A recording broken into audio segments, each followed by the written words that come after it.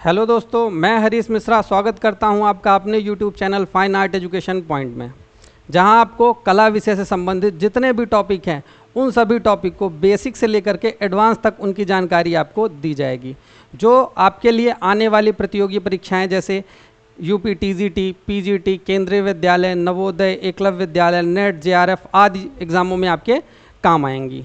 ये क्लासेस पूर्णतः सभी के लिए निःशुल्क हैं, जो कि कल दिनांक 8 अक्टूबर से शाम 5 बजे से शुरू होने जा रही हैं।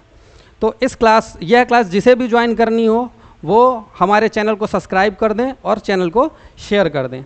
अब हम बात करते हैं कि किस तरीके से हम इस पूरे कोर्स को कवर करें कि जितने भी कॉम्पिटिटिव एग्ज़ाम हैं, जैसे हमने बात की कि टीजीटी की बात की है, PGT, DSSB, NET, JRF, LT, EMRS, NVS और केवीएस, एक ऐसा सिलेबस जो ये जितने भी कॉम्पिटिटिव एग्ज़ाम है इन सभी के काम आ जाए। तो इसके लिए हम बात करते हैं हम किस तरीके से पढ़ेंगे।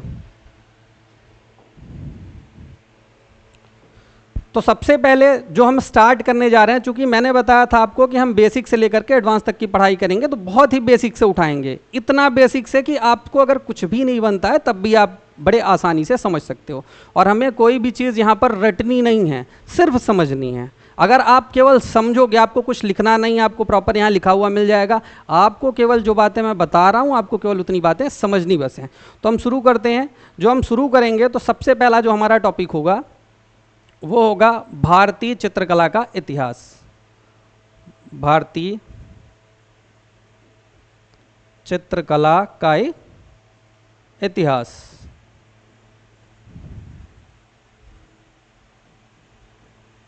अब जब हम बेसिक से स्टार्ट करते हैं तो सबसे पहले हमारी पृथ्वी बनी, पृथ्वी के बाद आदिमानव आए, आदिमानव ने चित्र बनाना शुरू किया, तो वहाँ से चीज़ें शुरू होंगी। तो हम एकदम बेसिक से वहाँ से शुरू करेंगे। लेकिन कला मतलब केवल चित्रकला नहीं होती, कला में चित्र भी आता है, मूर्ति भी आता है, स्थापत्य भी आता है, आभूषण भी आता है, बहुत सारी कलाएँ आती हैं। तो फिर बाद में इसी में हम क्या करेंगे कि भारतीय मूर्तिकला का इतिहास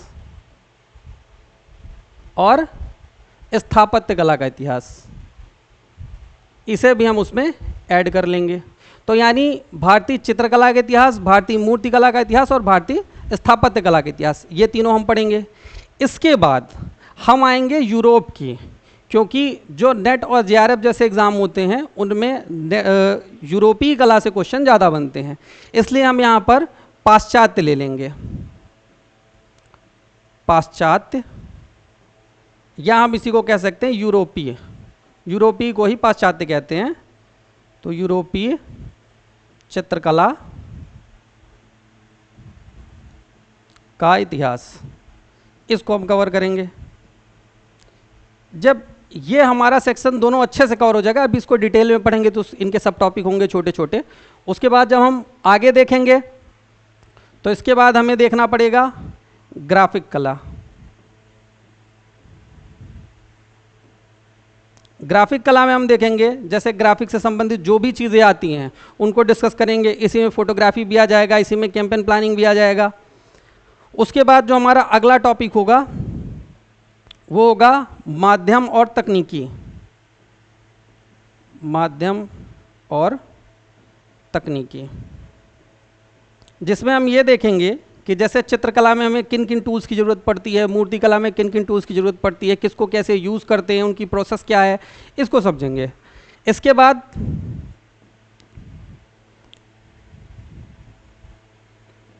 कला के बारे में पढ़ेंगे। कला के बारे में जैसे कला के तत्व, कला के अंग, संयोजन के सिद्धांत, इन सब चीज़ों को हम इसके अंतर्गत कवर करते हैं।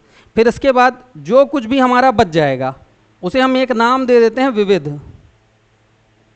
विविध कोई टॉपिक नहीं होता है, जो टॉपिक छूट जाते हैं, जैसे कि इनमें किसी में नहीं आता। जैसे अगर हम बात करें सांस्कृतिक केंद्रों की, तो सांस्कृतिक केंद्र कहीं नहीं आएगा इनमें से, तो सांस्कृतिक केंद्र हम अलग से पढ़ लेंगे।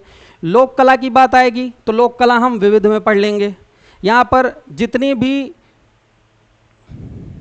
लोक कलाएँ होंगी वो सब हम इसमें कवर कर लेंगे। जितने भी पुरस्कार होंगे जैसे भारत रत्न, पद्म विभूषण, इन सब के बारे में पढ़ लेंगे।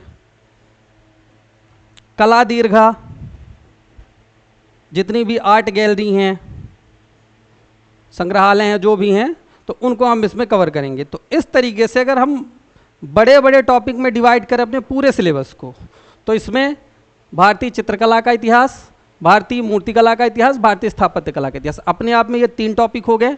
चौथा टॉपिक हमारा आएगा पाश्चात्य यूरोपीय चित्रकला का इतिहास। उसके बाद हम ग्राफिक कला के बारे में पढ़ेंगे। तो बहुत सारी चीज़ें होंगी, जैसे पेपर के बारे में, पेपर का क्या साइज होता है, इंक के बारे में पढ़ेंगे।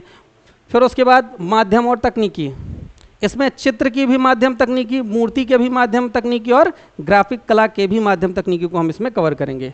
कला के बारे में बहुत सारी चीज़ें पढ़ेंगे, जैसे कला के तत्व, कला के अंग, कला किस भाषा का शब्द है, कला को किस तरीके से डिस्क्राइब किया गया है। अच्छे तरीके से हमको केवल समझना है, कोई चीज़ रटनी नहीं है। जो चीज़ नहीं समझ में आएगी, जो भी डाउट होगा वो मैं क्लियर कराऊंगा, ठीक है। तो इस तरीके से हमारा पूरा सिलेबस होगा बड़े बड़े टॉपिक पे। इसको फिर हम डीपली आने वाली क्लासेस में कवर करेंगे, ठीक है। धन्यवाद।